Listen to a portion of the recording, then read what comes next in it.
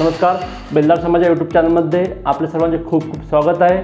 आपल्या चॅनलमध्ये आपण आपल्या बेल्दार समाजाची भाषा, इतिहास व संस्कृतीचे जतन करण्याचा प्रयत्न करतो आणि सोबत आपल्या समाजामध्ये काही प्रतिभावंत व्यक्ती असतात किंवा ज्यांनी शून्यात नवशिव निर्माण केलं त्यांची माहिती आपल्यापर्यंत पोहोचवण्याचा प्रयत्न करत आहोत। आज आपल्या चॅनलमध्ये कुमारी प्रतिमा विठ्ठल जाधव ह्या आलेल्या आहेत आणि यांनी शिक्षण क्षेत्रामध्ये खूप अशी उंच भरारी घेतलेली आहे। कुमारी प्रतिमा ह्या मंगलवेढ्यासारख्या एका ग्रामीण भागात राहून सुद्धा त्यांनी प्रतिकूल परिस्थितीचा सामना करून शिक्षणामध्ये त्यांनी खूप उच्च शिक्षण घेण्याचा ध्यास घेतला आहे आणि ते जीवनाचे उंच शिखर गाठत आहेत। त्यासाठी त्यांनी जे प्रयत्न केले, जे शिक्षणाची कास धरली, त्याविषयी आपण त्यांच्या तोंडूनच माहिती ऐकूया। तुम्ही तुमच्या जीवनाचा प्रवास इथपर्यंत कसा केला हे आपल्या समाज बांधवांना तुम्ही थोडक्यात सांगा अशी तुम्हाला मी विनंती करतो। नमस्कार, मी प्रतिमा विठ्ठल जाधव। सर्वप्रथम मी यूट्यूबर देवानंद दिलेवार यांचे मनापासून आभार मानते की त्यांनी त्यांच्या यूट्यूब चॅनलसाठी मुलाखतीसाठी मला एक संधी दिलेली आहे। मूळचा जन्म महमदाबाद खुन्नूर मंगळवेढा या ठिकाणी झाला। हे एक असे गाव आहे की जेथील लोकसंख्या 1400 ते 1500 आहे। फक्त अतिशय खेडेगाव, दळणवळणाची साधनेही अतिशय कमी, दिवसातून फक्त 2 महामंडळाच्या एसटी या गावात येतात। त्यामुळे मुलगी म्हणून या गावी जन्माला येणे आणि उच्च शिक्षण घेणे हा एक थोडासा खडतर प्रवास आहे। तर या गावामध्ये अशी परिस्थिती आहे की मुलगा असो किंवा मुलगी शिक्षणासाठी जास्त महत्त्व दिले जात नाही। सामान्यतः 10वी ते 12वी इथपर्यंत शिक्षण पूर्ण झाले की मुलींचे लग्न करून दिले जाते व मुले ही छोटा मोठा कंपनीमध्ये जॉब करतात किंवा शेती हा ठरलेलाच उद्योग असतो। गावामध्ये 5वी पर्यंतची शाळा होती। 5वी पर्यंतचे शिक्षण तिथे पूर्ण केले व मंगळवेढा येथे रोज बसने येऊन जाऊन करून माध्यमिक शिक्षण मी पूर्ण केले। सुरुवातीला घरची परिस्थिती थोडी बेताची होती, तरी पण वडिलांनी शिकवण्याचे धाडस केले, त्याचा मला आज खूप अभिमान वाटतो। त्याबद्दल मी त्यांचे खूप मनापासून आभार मानते। गावामध्ये 5वी पर्यंतचे शिक्षण पूर्ण केले व मंगळवेढा येथे रोज येऊन जाऊन करून माध्यमिक शिक्षण पूर्ण केले। त्याच्यानंतर उच्च शिक्षणासाठी ॲग्रिकल्चर हे सेक्टर निवडण्याचे मी ठरवले, कारण घरची शेती होती आणि ते शिक्षणातील काहीतरी नवीन टेक्निक घरच्या शेतीमध्ये उपयोगी केली जाईल हा विचाराने मी ॲग्रिकल्चरला शिक्षण घेतले। सोलापूरमध्ये ॲग्रिकल्चरचे शिक्षण पूर्ण केले। अभ्यास करून चांगल्या गुणांनी ॲग्रिकल्चरची डिग्री ही मी पूर्ण केली व भविष्यामध्ये उद्योजिका बनण्याचे माझे स्वप्न आहे। त्यामुळे मी MBA ॲग्री बिझनेस मॅनेजमेंट या सेक्टरमध्ये ॲडमिशन घेण्याचे ठरवले। 2020 मध्ये ॲग्रिकल्चर पूर्ण झाले व त्याच वर्षी MBA साठी पुणे येथे ॲडमिशन घेतले आहे। उद्योग क्षेत्रामधील ज्या बारीक कन्सेप्ट आहेत त्याचं ते MBA मध्ये खूप काही शिकण्यास मिळत आहे व ते मी पूर्णपणे शिकण्याचा सध्याही प्रयत्न करत आहे, कारण ह्याच गोष्टी पुढे जाऊन कुठेतरी उपयोगी पडणार आहे हे मला माहीत आहे। तुम्ही तुमच्या जीवनाचा प्रवास खूप छान केला आणि त्याच्यामधून बेल्दार समाज बांधव आहेत आणि भगिनी आहेत, त्यांना त्याच्यातून खूप साऱ्या गोष्टी घेण्यासारख्या आहेत, त्या नक्कीच घेतील। तुम्हाला मी पुढचा प्रश्न विचारू इच्छितो, तुम्ही जो इथपर्यंत प्रवास केला तुम्हाला कुठल्या अडचणींना तोंड द्यावे लागले आणि त्याविषयी आम्हाला थोडक्यात सांगा। आता अडचणींबद्दल सांगायचं म्हटलं तर सुरुवातीची घरची परिस्थिती ही थोडी हालाकीची म्हणजेच बेताची होती, तरीही वडिलांनी उच्च शिक्षणासाठी बाहेरगावी पाठवण्याचा निर्णय घेतला। आता अडचणींबद्दल सांगायचं म्हटलं तर सुरुवातीची घरची परिस्थिती ही थोडी हालाकीची म्हणजेच बेताची होती, तरीही वडिलांनी उच्च शिक्षणासाठी बाहेरगावी पाठवण्याचा निर्णय घेतला। खेडेगावमध्ये शिक्षण झाल्यामुळे इंग्लिश या भाषेबद्दल थोडासा न्यूनगंड मनामध्ये होता। उच्च शिक्षणासाठी जेव्हा बाहेर पडले त्यावेळेसही खूप अडचण आली, पण हळूहळू मी त्यामध्ये अभ्यास करून त्या न्यूनगंड न्यूनगंडला कव्हर करण्याचा प्रयत्न केला. मंगळवेढा इथे जेव्हा शिक्षण माध्यमिक पूर्ण झाले त्यानंतर 11वी आणि 12वी या शिक्षणासाठी मी पंढरपूर येथे ऍडमिशन घेतले. KVP महाविद्यालय म्हणजेच कर्मवीर भाऊराव पाटील महाविद्यालय पंढरपूर येथे ऍडमिशन घेतले. घर सोडून कधीही राहिले नव्हते. त्यामुळे तो प्रसंग पहिलाच होता की मी मुंबईत शिक्षणासाठी राहण्यास गेले होते. तर झालं असं की पहिल्यांदाच खेडेगावातून अर्बन सिटीमध्ये राहण्यास मी गेले होते. तर बाकी सर्व गोष्टी ज्या असतात त्या मॅनेज करणं, सिच्युएशन परिस्थितीशी जुळवून घेणं आणि प्रत्येक गोष्टीत बोलताना जेव्हा तोंड उघडावं लागत होतं तर भाषा खेडेगावची गावठी असल्यामुळे तो एक मनात न्यूनगंड होता की आपण बोललो तर मीन्स आपली भाषा खेडेगाव आणि बोलायचं कसं. तर या गोष्टीचा खूप त्रास झाला. इतका त्रास झाला की 2 वर्ष 11वी आणि 12वी एखादी व्यक्ती कोमात जशी असते म्हणजे कोमात गेल्यानंतर अशी परिस्थिती असते की त्याला काहीच कळत नाही किंवा कोणत्याच गोष्टीची भान नसते. तर अशी परिस्थिती झाली होती. मानसिक खूप त्रास झाला होता आणि 2 वर्ष ही दवाखाने करणे आणि या सर्व गोष्टींमध्येच गेले. तर सुट्टीमध्ये तेव्हा मी घरी येत होते तेव्हा वडिलांना शेजारचे असतील किंवा जे काही समाजात 4 लोक असतात तर ते 4 लोकांनी इतके म्हणजे टोमणे मारले आहेत की बघा तुम्ही मुलीला शिकवण्याची इतकं डेअरिंग करत आहात, बाहेर शिकवण्यासाठी पाठवलेलं आहे. तर पहा आज काय आहे किंवा आज तिची सिच्युएशन काय आहे, कशाला शिकवता किंवा शिकवू नका असे बरेच टोमणे मारले. या सर्व गोष्टींचा अभ्यासावरती इतका परिणाम झाला की 11वी आणि 12वी मध्ये तसे खूपच शैक्षणिक गुण कमी आहेत. आणि जेव्हा मी नीट झाले तेव्हा असं ठरवलं की याच शिक्षणामध्ये असं काहीतरी करून दाखवायचं की जे 4 लोकांनी समाजातील 4 लोकांनी आईवडिलांना जे ऐकवलेलं आहे तर त्याच शिक्षणावरती आईवडिलांची मान अभिमानाने ताठ उभा करायची. जेव्हा फेडरल बँकेमध्ये शिक्षण सिलेक्शन झालेलं समजलं त्यावेळेस विश्वास बसला नाही आणि मार्कांच्या बेसिसवरती सिलेक्शन झालेलं आहे आणि आईवडिलांची मान कुठेतरी ताठ केलेली आहे या गोष्टीचा अभिमान त्यावेळेस झाला. आणि ते जे 4 लोक होते टोमणं मारणारे तर त्यांचं तोंड कुठेतरी बंद केलेलं आहे. ह्या गोष्टीचे एक समाधान आहे. त्यानंतर ॲग्रिकल्चरसाठी बाहेर राहण्यास गेले तेव्हाही म्हणजे काही प्रॉब्लेम नाही आला. माइंड मनामध्ये तसं ठरवलेलंच होतं की आता कोणतीही परिस्थिती येऊ दे, कसंही येऊ दे, फक्त आणि फक्त शिक्षणावरती फोकस करायचा. शिक्षण पहिल्यांदा, अभ्यास ही प्रायोरिटी द्यायची आणि बाकी मग सर्व गोष्टी. त्यामुळे ॲग्रिकल्चरच्या शिक्षणामध्येही तसा कोणती अडचण आलेली नाही. आणि आज परिस्थिती अशी आहे की मी बाहेर म्हणजे कुठेही कितीही दिवस आणि इंडिपेंडंटली राहू शकते आणि कोणत्याच गोष्टीचा अभ्यासावरती तरी परिणाम नाही होत. मित्रांनो, असेच असते ज्या गोष्टीत माणसाने धक्के खाल्लेले असतात किंवा तीच गोष्ट भविष्यामध्ये त्या व्यक्तीला स्ट्रॉंग बनवते, खूप कठोर बनवते. आणि हेच मला सांगायचं आहे की जे गोष्टी भूतकाळामध्ये होतात ते भविष्यामध्ये जाऊन कुठेतरी त्याची चांगली फळं असतात. त्यामुळे जे होत आहे ते चांगल्यासाठीच होतं. या गोष्टीवरती विश्वास ठेवा. आईवडिलांचे स्वप्न पूर्ण करण्यासाठी प्रयत्न करा. ते जे कष्ट घेऊन शिकवत आहेत, काबाड कष्ट करून जे कमवत आहेत आणि शिकवत आहेत तर त्यांची चीज करण्यासाठी, कष्टाची चीज करण्यासाठी कुठेतरी अभ्यास करावा लागणार आहे.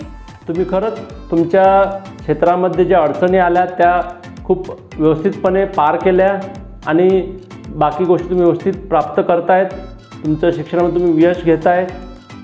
त्याचप्रमाणे आपले बाकी जे समाज बांधव आणि भगिनी आहेत तुमच्या पावलावर पाऊल ठेवून आपल्या जीवनामध्ये येणाऱ्या अडचणीचा सामना करतील आणि त्यांच्यावर मात पण करतील.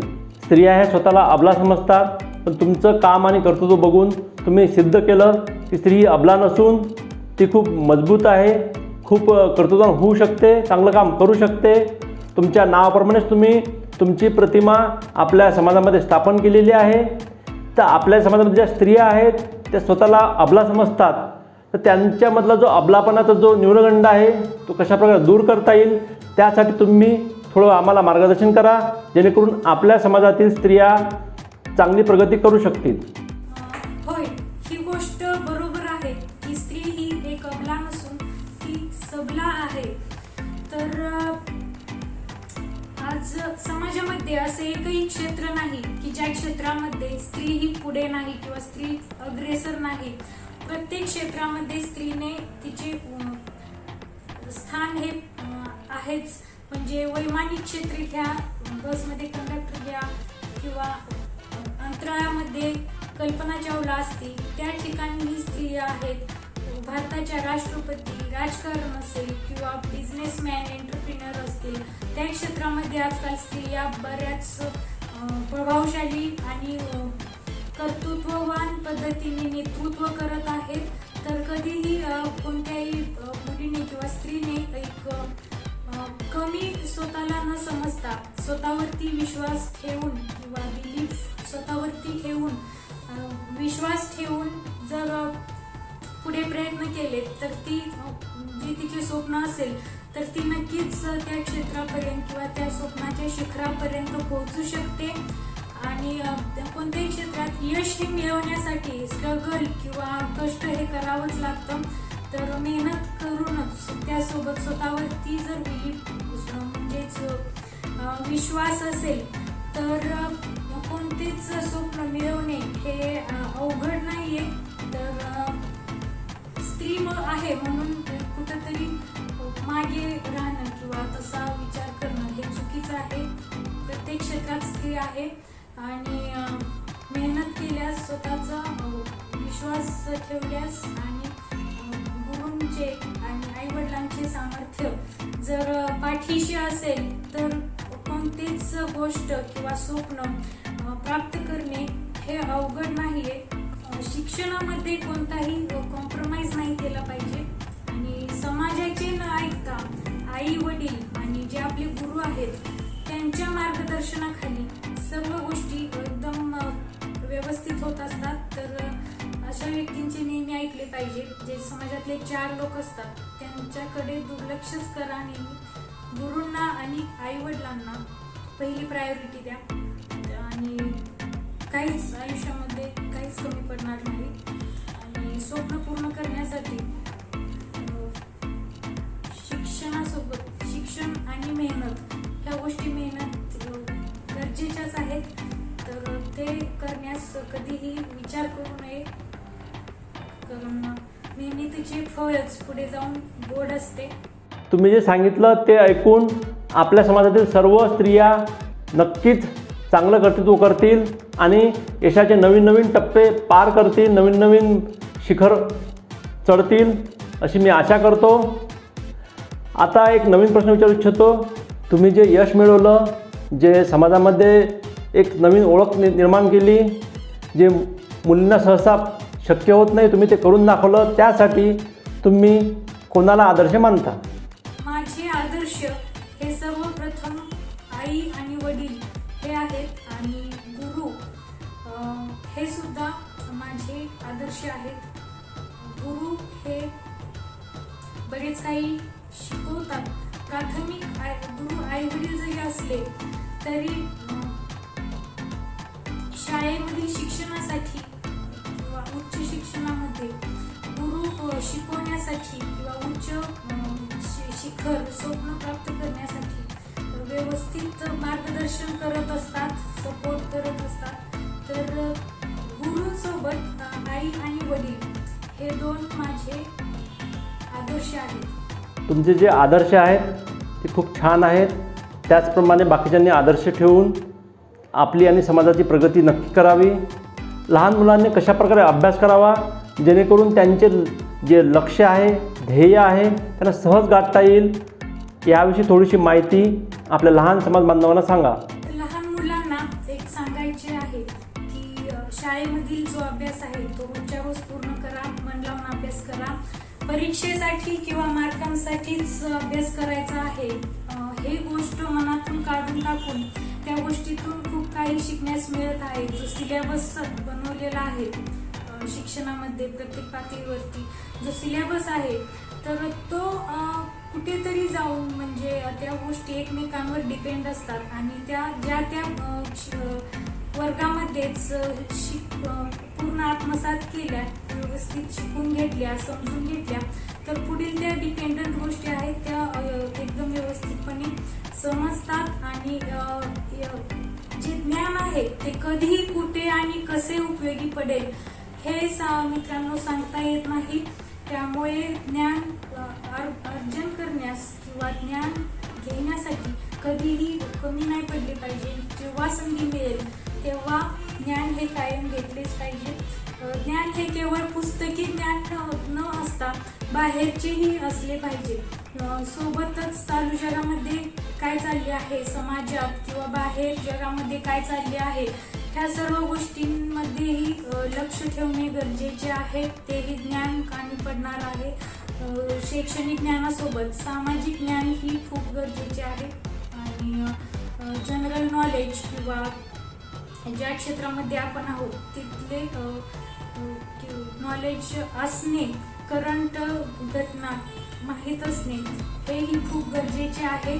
तर लहान मुलांनी आधीपासूनच तशी सवय लावून घेतली पाहिजे की मार्कांसाठी अभ्यास न करता शिक्षणासाठी किंवा भविष्याचे आपल्याला स्वप्न गाठायचं आहे किंवा काही आपल्याला बनायचं आहे त्यासाठी अभ्यास हा केला पाहिजे. फक्त मार्क ह्या गोष्टींवरती कधीच फोकस न करता समजून घेण्यासाठी किंवा आयुष्यासाठी अभ्यास करत आहोत अशा पद्धतीने अभ्यास केला पाहिजे. म्हणजे मार्क हे महत्त्वाचे आहेतच, पण आजकालच्या जगामध्ये किंवा ह्या कोरोनाच्या परिस्थितीमध्ये मार्कांपेक्षाही त्या व्यक्तीला नॉलेज किती आहे, त्या गोष्टीचे ज्ञान किती आहे हे तपासून पाहिलं जातं. आणि आपण सध्या पाहतोच की 10वी आणि 12वीचा रिझल्ट डिक्लेअर झालेला आहे तर त्यामध्येही अतिशय उत्तम मार्क आहेत. परीक्षाही न येता सर्वांनाही खूप चांगले मार्क आहेत. तर पुढील जे जग आहे ते मार्कांवरती नसून ते व्यक्तीला ॲक्च्युअल नॉलेज किती आहे हे खूप मॅटर करणार आहे आणि त्यामुळे ऑब्झर्वेशन बाहेरच्या जगामधील सध्याचा अभ्यास प्रॅक्टिकली आणि हा समजून घेऊन खरंच मन लावून करणे गरजेचे आहे. मार्कही महत्त्वाचे आहेत पण त्यापेक्षाही ज्ञान अर्जन करणे, पाठांतर किंवा रट्टा जास्त न मारता ते ॲक्च्युली आपल्याला आत्मसात करणे खूप गरजेचे. तुम्ही जे सांगितलं की लहान मुलांनी कसा अभ्यास करावा, कुठल्या प्रकारे कुठलं काय करावं काय नाही करू हे ऐकून नक्कीच सर्व लहान मुलं व्यवस्थित अभ्यास करतील आणि त्यांच्या जीवनात नवनवीन यशाचे शिखर गाठतील. कुठलाही व्यक्ती हा परिपूर्ण नसतो. प्रत्येक व्यक्तीमध्ये काही ना काही कमतरता असते. त्याविषयी तुमचे मत काय आहे? होय, तुमच्या या प्रश्नाशी मी पूर्णपणे सहमत आहे की कोणतीही व्यक्ती परिपूर्ण नसते किंवा त्याच्यामध्ये किंवा प्रत्येक व्यक्तीमध्ये कोणते ना कोणते वीक पॉईंट असतात किंवा कुठेतरी कमजोरी असते. तर या गोष्टीवर मला असे म्हणायचे आहे की जो वीक पॉईंट आहे किंवा जी कमतरता आहे हे पहिल्यांदा ओळखून त्या गोष्टीवरती काम करणे गरजेचे आहे की तो वीक पॉईंट त्याचा वीक पॉईंट न राहता त्याचा स्ट्रॉंग पॉईंट बनला पाहिजे किंवा ती वीकनेस जी आहे त्या व्यक्तीची तर तो पुढे जाऊन त्याची स्ट्रेंथ बनली पाहिजे. इथंपर्यंत त्या गोष्टीवरती जर काम केले, स्ट्रगल केले तर ती वीकनेस स्ट्रेंथमध्ये कन्वर्ट होण्यास वेळ नाही लागणार आणि प्रत्येकाने विकनेसवरती जे आपले विकनेस आहेत ते ओळखून त्याच्यावरती काम करणं हे गरजेचं आहे. स्ट्रेंथमध्ये ते नक्कीच कन्वर्ट होणार आहेत आणि भविष्यामध्ये ही स्ट्रेंथ कुठेतरी कामी येणार आहे. ह्या गोष्टीवरती माझा विश्वास आहे. कारण जसे मी सांगितले सुरुवातीला की बाहेर राहण्यास किंवा खेडेगावामधून अचानक सिटीमध्ये प्रवेश केल्यानंतर जो वीक पॉइंट होता किंवा त्याच्यावरती कशा पद्धतीने ओव्हरकम केलेले आहे, तो वीक पॉइंट कशी स्ट्रेंथ बनवली आहे, तर त्यावरती जर काम केले तर नक्कीच ती आपली स्ट्रेंथ बनणार आहे. आणि त्यामुळे परिपूर्णता ह्या गोष्टीवरती फोकस न करता वीक पॉइंटवरती स्ट्रॉंग पॉइंट कसा बनेल ह्या गोष्टीवरती जर काम केले तर ते नक्कीच पुढे जाऊन फायद्याचे ठरणार आहे.